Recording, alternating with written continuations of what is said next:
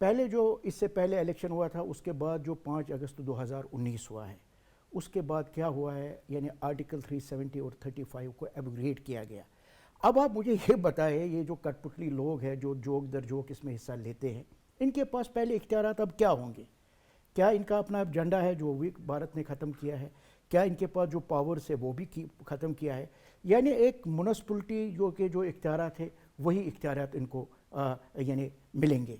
دوسری بات آپ یہ دیکھ لیجئے، جب بھارت نے 5 اگست کو یہ اقدام اٹھایا تو یہ جو لوگ اس وقت حصہ لے رہے ہیں، جو وزراء اعلیٰ بھی رہے ہیں، چاہے محبوبہ مفتی کی صورت میں فاروق عبداللہ یا عمر عبداللہ، ان کی جب یہ خود ان کو جب ہاؤس اریسٹ کیا گیا، جب سٹیٹ ہوڈ کو انہوں نے ختم کیا ہے، تو ان کا نعرہ کیا تھا؟ انہوں نے کہا کہ بھارت نے ہم سے دھوکہ کیا ہے.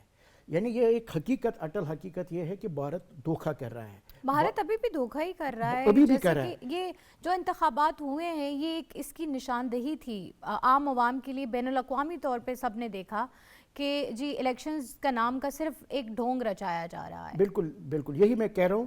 یعنی یہ ڈونگ اب کون بھی کہہ رہے تھے یا یہ دھوکہ کون کہہ رہے ہیں؟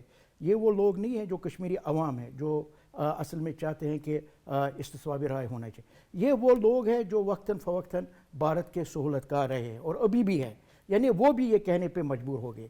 ادھر سے میں اس بات کو یہاں سے بھی ٹچ کرنا چاہوں گا، یہ جو دو قومی نظریہ کا جو اس وقت جب ڈویژن ہو گیا ہے، تو یہ لوگوں نے یہاں تک بھی کہا کہ قائد اعظم کا جو دو قومی نظریہ تھا وہ صحیح تھا. تو جو یہ جو الیکشن ہے اس سے کوئی زمینی صورتحال میں فرق نہیں پڑ سکتا ہے. اور آپ دیکھ لیجئے الیکشن کے حوالے سے کس کس تنظیم کو جو وہاں پہ پابندی نہیں ہے، یعنی 14 تنظیمیں ہیں جن کو پابندی لگا دی گئی ہے. تو یعنی ایسے ماحول میں جہاں 10 لاکھ کی فوج ہو، اور خاص کر جو آج آپ نے ٹاپک بھی رکھا ہے جو آپ نے بات کی ہے، یعنی جو اس کا 3rd فیز ہے جہاں 7 ڈسٹرکٹس میں 40 سیٹوں کا جو الیکشن ہوا ہے، تو انہوں نے کتنی کمپنیز اس میں اور مزید اضافہ کیا ہے فوج میں. اس کا مطلب ہے فوج کے یعنی چھاونی میں یہ انتخابات. یہ بھی سوال کر سکتے ہیں کہ بلکہ بنتا بھی ہے کہ انہوں نے 400 کمپنیوں کو ہائر کیا، آلریڈی وہاں پہ 10 لاکھ سے زیادہ افواج قابض تھی، اس کے باوجود انہوں نے اور سیکیورٹی کے نام پہ تعینات کروائی. اس کا مطلب کہ بھارت خوفزدہ تھا. بھارت ایک خوفزدہ بھی ہے، اور دوسری بات جو ہے زمینی صورتحال جو ہے وہ بدستور اسی طرح ہے.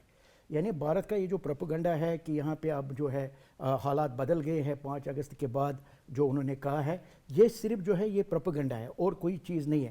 اور انہوں نے جو بعد میں جو ڈپلومیٹس ہیں ان کو وہاں پہ کہا کہ آپ آئے اور دیکھ لیجئے، تو جب انہوں نے ڈپلومیٹس کو کہا، انہوں نے جو ہے انٹرنیشنل جو صحافی ہے وہاں پہ ان کو اجازت کیوں نہیں دی جو رپورٹنگ کریں گے؟ یعنی یہ سب کچھ جو ہے نا بھارت مینیج کر رہا ہے. اور الیکشن جو ہے اس کی کوئی وقت نہیں ہے مقبوضہ کشمیر کے عوام کے حوالے سے. الیکشن یا سلیکشن یہ پہلے بھی ہوئے ہیں، اس سے کوئی فرق نہیں پڑے گا جو ہمارا کیس ہے حق خود ارادت کا. ڈاکٹر اظہر، آپ کو گفتگو میں شامل کرنا گی. جیسے کہ ہم نے بات کی کہ سیکیورٹی کے نام پہ انہوں نے 400 کمپنیاں ہائر کی، مزید تعینات کی. پھر جو ملٹری فورس تھی وہ مزید بڑھائی گئی، اور لوگوں کو بندوقوں کی نوک پہ جو ہے ووٹ ڈالنے کے لیے بلایا گیا اور لایا گیا اور ان سے ووٹ ڈلوائے گئے. تو کیا لگتا ہے آپ کو کہ کیسے دیکھتے ہیں انٹرنیشنل میڈیا اس کو، کیسے دیکھے گا اور کون مانے گا ان انتخابات کے نتائج کو؟ یہ تو بڑا واضح ہے کہ یہ تو ایک وہ پری پول ریگنگ تو وہ کر رہے تھے اتنے عرصے سے، اور یہ جو 10 سال لگ گئے الیکشن کرانے میں، اس میں بھی وہ بہت سے زمینی حالات کو بدلنے کی کوشش کر رہے تھے، حقائق کو، اور تھوڑا سا جو وہ ہے لوکل بھی اور بین الاقوامی حالات کو بھی انہوں نے نظر میں رکھا ہوا تھا، اور ان کو یہ لگ رہا تھا کہ شاید ابھی کچھ صورتحال بہتر ہے. دنیا سوئی ہوئی تو نہیں ہے، دنیا دیکھ رہی ہے، دنیا کو نظر آ رہا ہے کہ وہاں سے جو ہے آپ کو فری اینڈ فیئر تو رپورٹنگ ہو ہی نہیں رہی کہ آپ کو حقیقی صورتحال کا پتہ چلے. آپ کو زیادہ تر جو خبریں مل رہی ہیں وہ سب کی سب جو ہے مین اسٹریم انڈین میڈیا سے مل رہی ہے، یا کچھ تھوڑا بہت سوشل میڈیا سے جو آپ کو پتہ چلتا ہے کہ وہاں پہ کیا ہو رہا ہے. تو وہ صورتحال بہت اچھی نہیں ہے. لیکن اب وہ پروجیکٹ جو کرنا چاہ رہے ہیں، اور اس کو بھی ہمیں دیکھنے کی ضرورت ہے، کیونکہ آج کل یہ بھی نہیں ہے کہ وہ جو دنیا کو نظر آ رہا ہے اور جو سچ ہے اس کے ساتھ دنیا چل رہی ہو.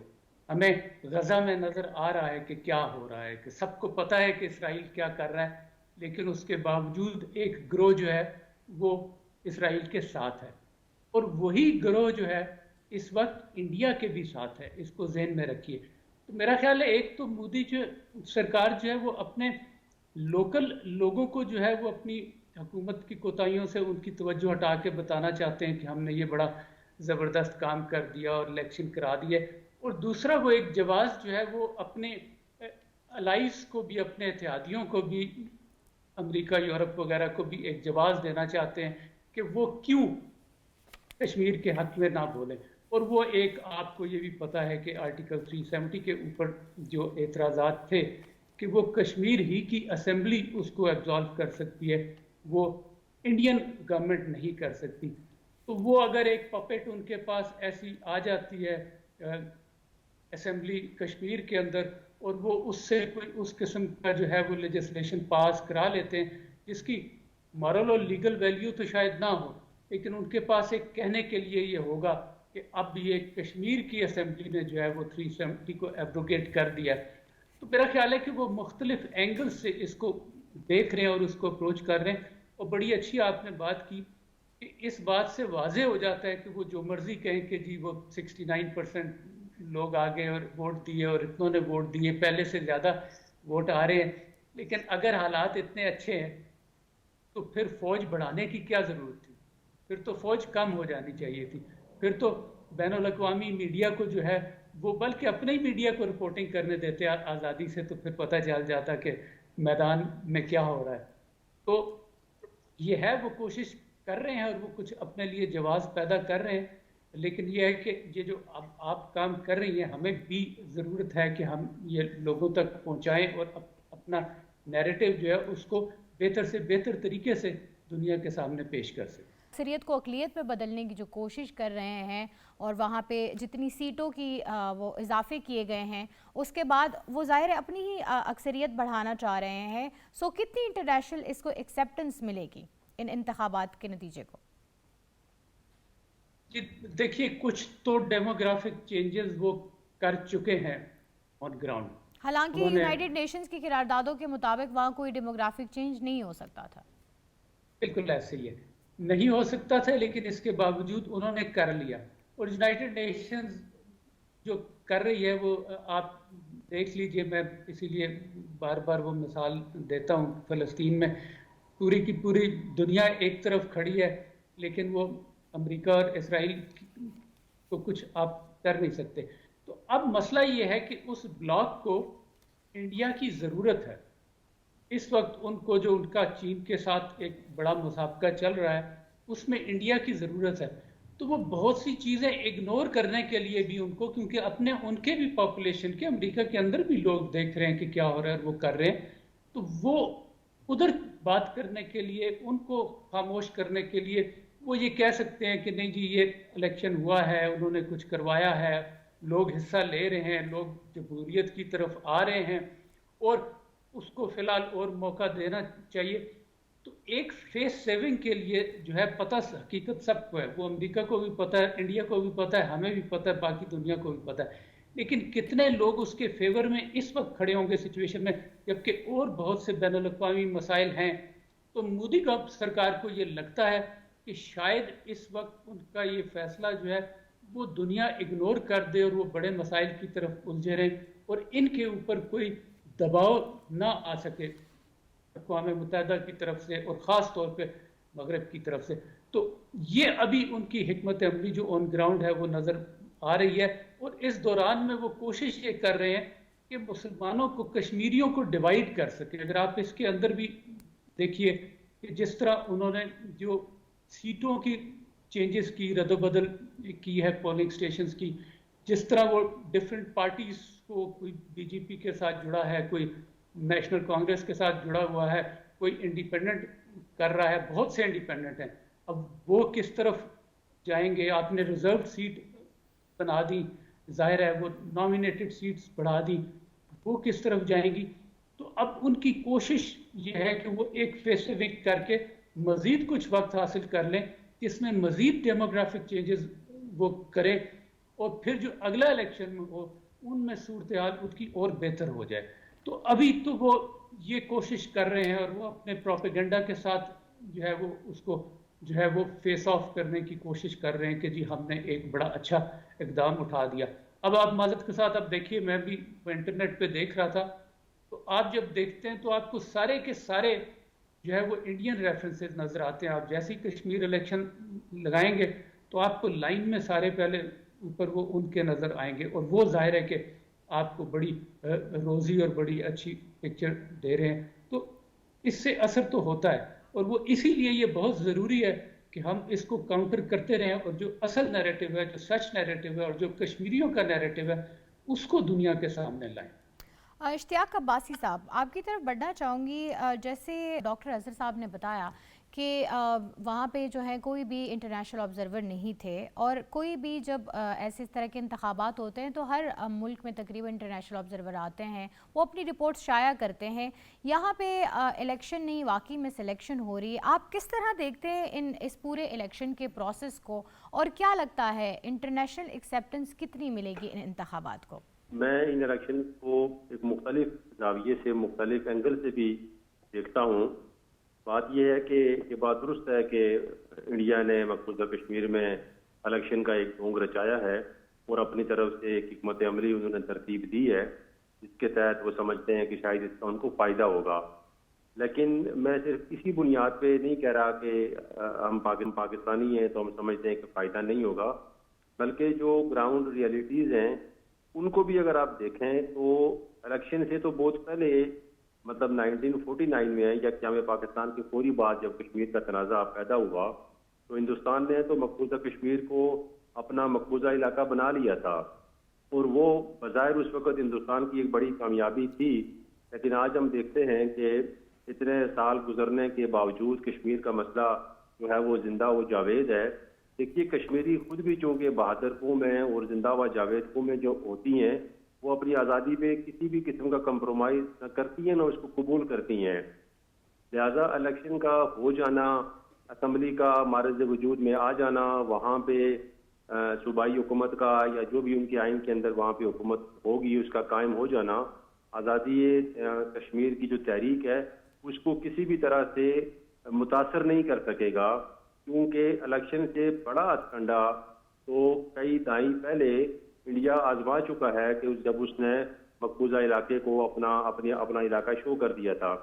تو الیکشن کا ہونا تو اس کے مقابلے میں نہیں سمجھتا کہ کوئی بہت بڑی کامیابی انڈیا نے حاصل کر لی ہے یا بھارت کو بہت بڑی کامیابی حاصل ہوئی ہے. جو ان کا وہاں پہ ڈھونگ ہے اس کو آپ اس کا ایک حصہ کہہ سکتی ہیں، اس کا آپ اس کو تسلسل ہم کہہ سکتے ہیں، لیکن یہ کسی بھی طرح سے مقبوضہ کشمیر کے جو صورتحال ہے اس کو تبدیل نہیں کر سکتا. ایک کوشش انڈیا کی ضرور ہے، لیکن میرا خیال ہے کہ یہ ایک پہلی ماضی کی تمام کوششوں کی طرح یہ بھی ایک ناکام کوشش ہوگی. دوسرا جو آپ نے پوچھا کہ بین الاقوامی برادری اس کو کس طرح تسلیم کرے گی، میرا نہیں خیال کہ بین الاقوامی برادری بھی اس کو بہت سیریس یا بہت بڑا الیکشن لے گی. جو مقبوضہ کشمیر کے حالات ہیں اور جو پاک بھارت کے درمیان کشمیر کا یہ تنازع ہے، یہ دنیا کا ایک سلگتا ہوا ایشو ہے جو کسی بھی وقت لاوا بن کے پھٹ سکتا ہے. دوسری بات یہ ہے کہ جو بین الاقوامی حالات ہیں وہ اس وقت ہم دیکھیں تو اس میں ایک ایڈوانٹیج بھارت کو ضرور جاتا ہے، جا بھی سکتا ہے کہ جو عالمی برادری ہے اس کا طرز عمل جو مسلمانوں کے حوالے سے بالکل مختلف ہوتا ہے، اور جہاں بھی آپ دیکھیں کہ مسلمانوں کے حوالے سے کوئی معاملات ہوں، مسلمانوں پر ظلم و ستم ہو، فلسطین کا معاملہ ہو، اسرائیل فلسطین جنگ ہو، مقبوضہ کشمیر کا معاملہ ہو، شام کا ایشو ہو، لبنان کا ایشو ہو، تو وہاں پہ عالمی برادری کو بالکل جو ہے نا ان کو سانپ سونپ جاتا ہے، اور تمام عالمی طاقتیں بدقسمتی سے ایک پلیٹ فارم پر مسلمانوں کے خلاف ہمیں یکجا نظر آتی ہیں. فلسطین کی حالیہ جو صورتحال ہے وہ ہمارے سامنے ہے، وہ اس کی ایک بہت بڑی مثال ہے. تو بھارت کو جو ایڈوانٹیج سچی بات ہے ماضی میں ملا ہے، آئندہ بھی مل سکتا ہے، وہ عالمی صورتحال جو مسلمانوں کے حق میں نہیں ہوتی بہت ساری وجوہات کی وجہ سے، اس کا تو بھارت کو ایڈوانٹیج ملتا ہے، اور بھارت کو وہی ایڈوانٹیج مل رہا ہے. کیونکہ بھارت جب دیکھتا ہے تو اس کے جو بڑے ہیں، امریکہ ہے، باقی عالمی طاقتیں ہیں، اور وہ مسلمانوں کے خلاف ظلم و ستم پہ نہ صرف خاموش ہے بلکہ مسلمانوں پہ ظلم و ستم جہاں سے ہو رہا ہوتا ہے ان کا پلڑا اس طرف ہوتا ہے. تو اس سے بھارت کو ضرور ایک ایڈوانٹیج ملتا ہے کہ میرے بڑے جو ہیں وہ اگر مسلمانوں کے حوالے سے ایک پالیسی ان کی ہے اس کا بھارت کو ایڈوانٹیج ملتا ہے. باقی الیکشن کے حوالے سے میں قطعی طور پر نہیں سمجھتا کہ یہ الیکشن جو ہیں یہ مقبوضہ کشمیر کی جو آئینی پوزیشن ہے, مقبوضہ کشمیر میں جو آزادی کی جدوجہد ہے, اس کو کسی بھی طرح سے متاثر کر سکیں گے. اور ہم دیکھ بھی رہے ہیں کہ ابھی تک عالمی برادری کا جو ایک رد عمل جو جس کو آبزرو کیا جاتا ہے, جس طرح میڈیا اس کو ڈسکس کرتا ہے, تو انٹرنیشنل میڈیا کو اگر آپ دیکھیں, آپ اپنا عالمی مبصرین کو دیکھیں, تو ان الیکشن کو دنیا نے کوئی بہت زیادہ سیریس نہیں لیا. حالانکہ بھارت کے نقطۂ نظر سے یہ بہت بڑا الیکشن ہے اور وہاں پہ ایک اسمبلی کا وجود ہوگا جو بھارتی حکومت کے غیر آئینی اقدامات کو اسمبلی سے ان کو انڈورس کرایا جائے گا. تو یہ بھارت کے لحاظ سے تو بہت بڑا انہوں نے کامیابی حاصل کی ہے. لیکن عالمی برادری کا جو رد عمل ہے, رد عمل آپ دیکھ لیں کہ رد عمل میں کو بھارت کو بہت زیادہ مائلیج نہیں مل رہا. ہاں, انڈائریکٹ بھارت کو جو فائدہ ملتا ہے جو عالمی صورتحال ہے اس کا بھارت کو ایڈوانٹیج ماضی میں بھی ملا ہے, شاید ان الیکشن سے بھی ملے اور آئندہ بھی ملے. یہ وہ صورتحال ہے جو مسلم امہ کے سوچنے کی ہے, مسلمان حکمرانوں کے سوچنے کی ہے کہ کیوں دنیا بھر میں جہاں بھی ظلم ہوتا ہے وہ مسلمانوں پر ہی ہوتا ہے اور عالمی طاقتیں جو ہیں وہ ہمیشہ مسلمانوں پہ مظالم کے حوالے سے بالکل خاموشی اختیار کرتے ہیں. یہ ایک بہت بڑا مسئلہ ہے, میں سمجھتا ہوں جو پوری دنیا کا ایک بڑا مسئلہ بن سکتا ہے. اور پاک بھارت کے درمیان جو بالکل, اور اس سے عالمی امن کو بھی خطرہ ہو سکتا ہے. پوائنٹ آ گیا اشتاق عباسی صاحب آپ کا. شیخ عبد المتین صاحب, جیسے آپ نے بتایا کہ کل جماعتی حریت کانفرنس کے رہنماؤں نے اس سے بائیکاٹ کیا تھا. بہت سارے رہنما اس وقت ابھی جیلوں میں بھی ہیں اور نظر بند بھی بہت سارے ہیں. اس وقت کل جماعتی حریت کانفرنس کا بائیکاٹ کرنا, ساتھ دوسری طرف الیکشنز کرانا ایک ایسے ہی ٹائم پہ, ٹھیک ہے, اور پھر ہم نے دیکھا کہ 5 سال کا انہوں نے ٹائم لیا. جب انہوں نے آرٹیکلز ختم کرائے اس کے بعد 5 سال میں تیاری کی گئی انتخابات کی, وہاں پہ لوگوں کو بسایا گیا. ایسے میں آلریڈی ہمیں یہ دیکھنے میں آ رہا ہے کہ اب ڈیفینیٹلی اکثریت جو ہے وہ بھارتیوں کی ہی وہاں آباد ہو چکی ہوگی جن کو وہ کشمیری کہلا رہے ہیں. اس پہ آپ کیا کہیں گے؟ الیکشن کی کوئی وقت نہیں ہے. بائیکاٹ کی کال ہم نے نہیں دی ہے. حریت کانفرنس میں ہمارے لیے اس کی وقت ہی نہیں ہے, ٹھیک ہے نا. یہ نہیں کہ ہم نے کہا لوگوں کو کہ آپ بائیکاٹ کر لیں. الیکشن جو ہے نا اس سے کوئی سروکار ہے ہی نہیں, کیونکہ اصل میں دیکھنا ہے کہ کشمیر کا مسئلہ کیا ہے. ہمیں وہ چیز نہیں بھولنا چاہیے. ایک ہندوستان کی ایک چال ہوتی ہے یا ہندوستان کا اپنا ایک ڈیزائن ہوتا ہے, کمپریہنسو طریقے سے وہ اس پہ چلتا ہے, وہ وقتاً فوقتاً یہ چیزیں کر رہا ہے. تو آپ اب دیکھ لیجئے جو آپ نے یہ کہا ہے کہ یہ جو 5 اگست کیا ہے, اس کے بعد انہوں نے جو 2022 میں ڈیلیمیٹیشن جو ایک کمیشن بنا ہے, پھر رپورٹ آئی ہے, یعنی 7 سیٹیں جو ہے آپ دیکھ لیں ان کے ڈیزائنز کیا ہے, اس میں اضافہ ہوا ہے. 6 سیٹیں تو جموں والوں کو دی گئی ہے, یعنی جو ویلی کی جو یہ کشمیر ڈویژن جو ہے اس کو 1 سیٹ ملی ہے. یعنی جو ٹوٹل جو ہمارا ہے لیہ اور لداخ کو آپ نکالے, یہ 2 ڈسٹرکٹ ہے, 20 ڈسٹرکٹ جو ہے جس کی میجارٹی جو ہے اس میں کشمیر ڈویژن میں ہے. سیٹیں کس کو زیادہ ملنی چاہیے تھے, وہ کشمیر ڈویژن کو ملنا چاہیے, تو 6 سیٹیں جموں ڈویژن کو مل گئی ہے. تو ایک تو یہ بات ہے کہ ہمیں یہ دیکھنا ہے. دوسرا جو ہے کہ اصل میں جو بھارت نے وہاں پہ یہ ان اقدامات سے کیا ہے وہ کیا ہے, وہ ہے ڈیموگرافی کو چینج کرنا, جو وہ کمپریہنسو طریقے سے آگے بڑھ رہا ہے.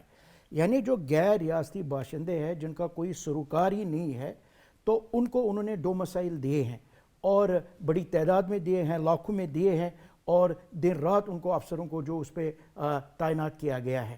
اور اب جو ووٹ ڈالتے ہیں وہ صرف وہ کشمیری جو پشتبان جن کو ہم کہیں گے, جن کو حق ہے ووٹ ڈالنے کا, وہ نہیں ڈال رہے ہیں, ٹھیک ہے نا. وہ بھی ڈال رہے ہیں جو غیر ریاستی باشندے ہیں. اصل میں بھارت جو ہے اصل مقصد کی طرف نہیں آتا ہے. اصل مقصد یہ ہے کہ آپ دیکھ لیں کشمیریوں کی قربانیاں کتنی ہیں. اور یہ جو الیکشنز ہے یہ پہلی دفعہ تو نہیں ہوئے, یہ جو سلیکشنز ہے کبھی 60% پڑے, کبھی 70% پڑے, کبھی 5% پڑے, لیکن جس طرح اشفاق صاحب نے بھی کہا اس سے کوئی زمینی صورتحال تبدیل نہیں ہوئی ہے. زمینی صورتحال کب تبدیل ہو سکتی ہے؟ کشمیری جو ہے ہم اس جنگ میں ہیں, ہمیں پتہ ہے ہم کتنی قربانیاں دے رہے ہیں. ہم بھی چاہتے ہیں مسئلے کشمیر کے حوالے سے ایک ایمیکیبل سلوشن نکلنا چاہے. اب آپ دیکھ لیجئے جس نے وعدہ کیا ہے, جس نے بتایا کہ کشمیریوں کو ان کا حق خود ارادہ دیا جائے گا, استصواب رائے دیا جائے گا, وہی منکر ہو گئے ہیں. یعنی کشمیری بھی چاہتے ہیں کہ ایک ایمیکیبل سولوشن نکلنا چاہیے، کیونکہ یہ کنفلکٹ ہے. لیکن وہ اپنے فائدے کے لیے اس کا سلوشن نکال کے اپنے ساتھ اس کو رکھنا چاہتے ہیں، اپنا حصہ بنانا چاہتے ہیں. یہ تو دیکھیں جی بھارت کا یہ تو دعویٰ ہے، it is an integral part of India. کیا یہ سچ ہے؟ نہیں ہے. اگر یہ انٹیگرل پارٹ آف انڈیا ہے تو 10 لاکھ کی فوج وہاں پہ کیا کرے؟ لیکن وہ ہر حربہ اپنا رہے ہیں اس حصے پہ قبضہ جمانے کے لیے. دیکھیں جو بھی بھارت کا، وہ ٹھیک ہے آپ کی بات، ہر حربہ آزما رہا ہے، ٹھیک ہے نا. آپ دیکھ لیجئے یہ جو بھارت کا وہاں پہ قبضہ ہے یہ کس بنیاد پہ ہے؟ یہ وہاں پہ اگر یہ جو وہاں پہ قبضہ ہے صرف اور صرف فورس کی بنیاد پہ، صرف اور صرف طاقت کی بنیاد پہ، صرف اور صرف جو ہے ڈریکونن لاز کی بنیاد پہ، صرف اور صرف جو ہے مولسٹیشن کے حوالے سے، صرف اور صرف جبر اور تشدد انسانی کے حقوق کی ہر پامالی وہاں پر دیکھنے میں، یعنی ہر لحاظ سے انسانی حقوق کی پامالیاں ہو رہی. اب اگر ہم انسانی حقوق کی پامالیاں کو دیکھیں گے تو یونائٹڈ نیشن کا جو ہیومن رائٹس کمیشن ہے، یہی تو سوال ہے کہ کیوں ہمیں خاموش دکھائی دیتا ہے صرف ایک اسی مسئلے پر یونائٹڈ نیشن میں. دیکھیں اس کی بنیادی وجہ جو ابھی بھی بات ہوئی ہے وہ ہے اپنے انٹرسٹس. انفارچونیٹلی یعنی ہم دیکھتے ہیں کہ یہ جو جیو پولیٹیکل انٹرسٹس ہوئے یہ ہوتے ہیں، جیو اکنومیکل انٹرسٹس ہے، یہ ایک انفارچونیٹ. ابھی ہمارے پاس لیگ آف نیشن بھی پہلے تھا. جب انہوں نے مساوات پہ نہیں چلے، جب انہوں نے انصاف کے ساتھ نہیں چلے، جب وہ اخلاقیات کا جو انہوں نے درس دیا تھا اس پہ نہیں چلے، اس کا وجود کدھر ہے؟ اور آپ دیکھ لیجئے یونائٹڈ نیشن کی جو جتنے بھی ہم اگر کمیشن کے آرٹیکلز دیکھیں گے اور پھر ان آرٹیکلز کو ون بائی ون آپ پڑھ لیجئے اور اس کی پوری جو وائلیشن ہے مقبوضہ کشمیر میں ہو رہی ہے. یعنی یونائٹڈ نیشن کمیشن کی جو 2 مفصل رپورٹس آئی ہے جون 2018 میں بھی پھر 19 میں بھی، اس میں کہا گیا ہے کہ ہائیسٹ لیول پہ مقبوضہ کشمیر میں انسانی حقوق کی پامالی ہو رہی ہے. تو ہونا کیا چاہیے تھا؟ جب آپ کی اپنی یہ رپورٹس ہے، حالانکہ اس وقت بھی انہوں نے ریموٹ ذرائع سے وہ حاصل کی، تو یونائٹڈ نیشن کو جو رول اس نے خود یعنی کیا ہے کہ ہمیں جو بنتا ہے تو وہ مقبوضہ کشمیر کے عوام کے ساتھ بھی اسی طرح ان کو سامنے آنا چاہیے. اسی لیے ہم کشمیری جو کسی وقت سمجھتے ہیں کہ شاید ہم انسان ہی نہیں ہے، ہم یہ سمجھتے ہیں کہ ہمارے رگوں میں جو خون ہے جو انسانیت میں دوڑتا ہے وہ شاید ہمارا ریڈ خون ہے ہی نہیں ہے. لیکن یہ اپنی جگہ ہے ان کا جو دوہرا معیار ہے. لیکن جہاں پہ بھی حق ہوتا ہے، جہاں پہ بھی تحریکیں ہوتی ہے، جہاں پہ بھی قربانیاں ہوتی ہے، دیر سویر لگ سکتی ہے لیکن وہ ضائع نہیں ہوتی ہے. اور وہ وقت آتا ہے جب جو حق جو انسان لڑتا ہے تو اس کو وہ ملتا ہے. اسی طرح ہمیں امید واسق ہے، ہماری جو تحریک ہے وہ حق پہ مبنی ہے، اقوام متحدہ کی قربانیاں ہیں، لازوال قربانیاں ہیں، تو اس لیے یہ ضائع نہیں ہوگی اور انشاءاللہ ہمیں اپنا حق خود ارادت مل کے ہی رہے گا انشاءاللہ. پروفیسر ڈاکٹر اظہر صاحب، جیسے کہ بتایا شیخ عبد المتین صاحب نے کہ کل جماعتی حریت کانفرنس نے اس جو الیکشن تھے ان کا بائیکاٹ اس لیے کیا تھا کہ ان کے لیے الیکشن کوئی معنی نہیں رکھتا. لیکن اگر ہم دیکھیں تو جو اس کے مقابلے میں اس کے نتیجے میں جو اسمبلی بنے گی وہ کیا نیو چینجز لے کر آتی ہے مقبوضہ کشمیر میں، یہ سوچنے والی بات ہے. آپ کو کیا لگتا ہے کہ اسمبلی جو نیو بنے گی اس میں اگر کل جماعتی حریت کانفرنس کے رہنما ہوتے تو کیا سچویشن ہوتی، اور اب جب نہیں ہوگی تو کیا سچویشن ہوگی؟ جی دیکھیے یہ بڑی گمبھیر اور پیچیدہ سی صورتحال ہے اور ہم اس کو صرف جذبات میں رکھ کے نظر انداز نہیں کر سکتے، کیونکہ آج کل دنیا بہت پیچیدہ ہو گئی ہے. وہ صرف حق اور سچ کی بات پہ نہیں چلتی بلکہ جیسے کہ شیخ صاحب نے خود فرمایا وہ نیشنل انٹرسٹ پہ، قومی مفاد کے اوپر چلتے ہیں. تو ہمیں گراؤنڈ ریئلٹیز کو سمجھنا ہے، اس کا اقرار کرنا ہے. دیکھیے ایک ڈویژن تو ہے، اگر وہاں پہ لوگ کھڑے ہو رہے ہیں تو اس میں وہ سب کے سب غیر کشمیری نہیں ہیں، اس میں کشمیری لوگ بھی ہیں. اب اگر وہ آ جاتے اور جس طرح کی انہوں نے چینجز کیے ہیں، ابھی اگر آپ سیٹوں کا بھی وہ دیکھ لیجئے، جو پولنگ سٹیشنز ہیں ان کی ڈویژنز دیکھ لیجئے، نامینیٹڈ سیٹس جو ہیں وہ بڑھا دی گئی ہیں، ریزرو سیٹ جو ہیں وہ بڑھا دی گئی ہیں، تو وہ کس طرف جائیں گی؟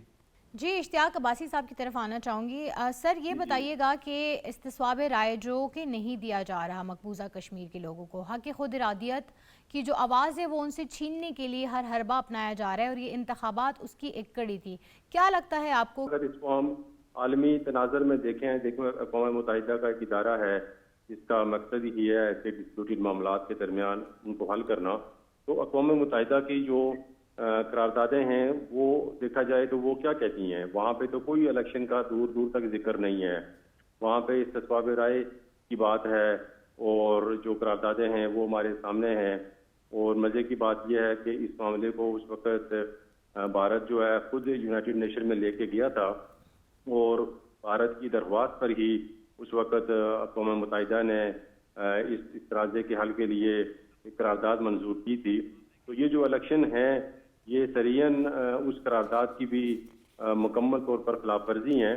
لیکن جیسے میں نے پہلے کہا کہ بدقسمتی سے عالمی منظرنامہ کچھ ایسا ہے کہ مسلمانوں کے حوالے سے کوئی بھی قراردادیں ہوں کچھ بھی ہو اس پر عالمی دنیا میں یا اقوام متحدہ میں عمل درآمد نہیں ہوتا اور معاملات بالکل اس کے الٹ ہو جاتے ہیں. جبکہ اس کے مقابلے میں اگر مسلمان کسی ملک کی طرف سے کوئی ایسا معاملہ ہو تو پوری دنیا اور خاص کر کے جو عالمی طاقتیں ہیں وہ یکجا ہو جاتی ہیں. تو استصواب رائے جو ہے اس وقت جو اگر ہم دیکھیں اس عالمی تنازع کا جو حل کی طرف جو راستہ جاتا ہے اقوام متحدہ کی قراردادوں کی روشنی میں وہ تو استصواب رائے ہی ہے, ریفرنڈم ہی ہے. اس میں تو الیکشن کا دور دور تک ذکر نہیں ہے. تو یہ اس حوالے سے بھی ایک بہت بڑی خلاف ورزی ہے اور میں تو اس کو اقوام متحدہ کے لیکن اشتیاق صاحب اقوام متحدہ کی طرف سے آلریڈی 18 قراردادوں پہ عمل درآمد نہیں ہوا تھا, وہ بھی خلاف ورزیاں ہی ہیں لیکن اب تک ان پہ بھی ایکشن نہیں لیا گیا. جی بالکل ایسے ہی ہے, ایکشن نہیں لیا گیا اور میرا نہیں خیال کہ کوئی ایسا ایکشن لیا بھی جا سکتا ہے. بھارت جو ہے اس وقت اس کو یہ ایڈوانٹیج حاصل ہے کہ جو عالمی سیاست ہے عالمی منظرنامہ ہے بھارت اس کا ایک حصہ ہے اور بھارت کو انٹرنیشنل طور پر یہ سپورٹ حاصل ہو جاتی ہے. لیکن اس کا مطلب قطعی طور پر یہ نہیں ہے کہ مسئلہ کشمیر جو ہے یہ مان پڑ گیا ہے یا آزادی کی جو تحریک ہے وہ ختم ہو گئی ہے. فلسطین کی جو صورتحال ہے وہ ہمارے سامنے ہے. وہاں پر عالمی طاقتوں نے امریکہ نے کیا کچھ نہیں کیا اسرائیل کو مضبوط کرنے کے لیے, اسرائیل کا ساتھ دینے کے لیے.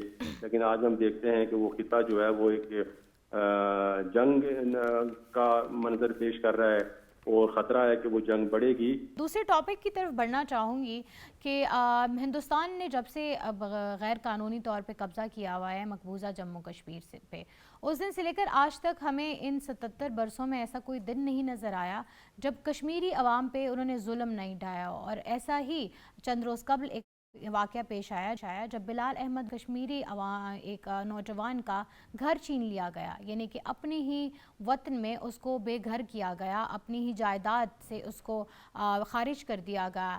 یہ کافی عرصے سے ہم سنتے آئے ہیں کہ جی وہاں پہ جو آرٹیکلز ختم ہوئے تھے 2019 میں 35A اور 370, اس کے بعد سے یہ جو غیر کشمیری لوگ ہیں وہ وہاں آ کے آباد ہونا شروع ہو گئے.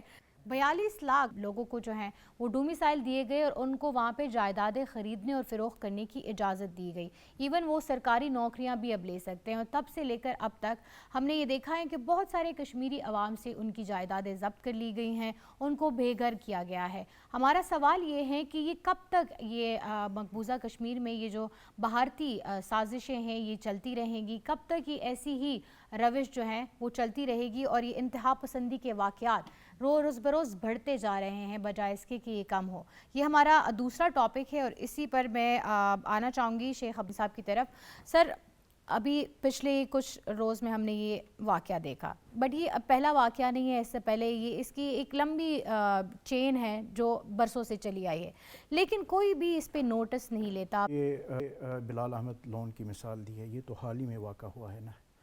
تو اور اس پہ کیا الزام لگایا گیا ہے, یعنی جو دو بندے ہیں ریاض اور رئیس ڈار صاحب, تو ان کو انہوں نے کوئی پناہ دی ہے اور اس پہ کیا کیا گیا, کنفسکیٹ کیا گیا, یعنی اٹیچ کی گئی ان کی پراپرٹی کو بھی اور جس میں ان کی زمین بھی تھی اور مکان کو بھی ضبط کیا گیا. یعنی 4000 جو ہے پہلے ہی انڈیا نے وہ جو یعنی یہ کیے ہے کہ جن کو ان کو اس حوالے سے نہ یہ اٹیچ کرنی ہے پراپرٹیز, اور وہ اب پراپرٹیز ہی نہیں ہیں. اس میں ایگریکلچر لینڈ بھی ہے, اس میں ہاؤسز بھی ہے, اس میں آپ کی پراپرٹیز بھی ہے.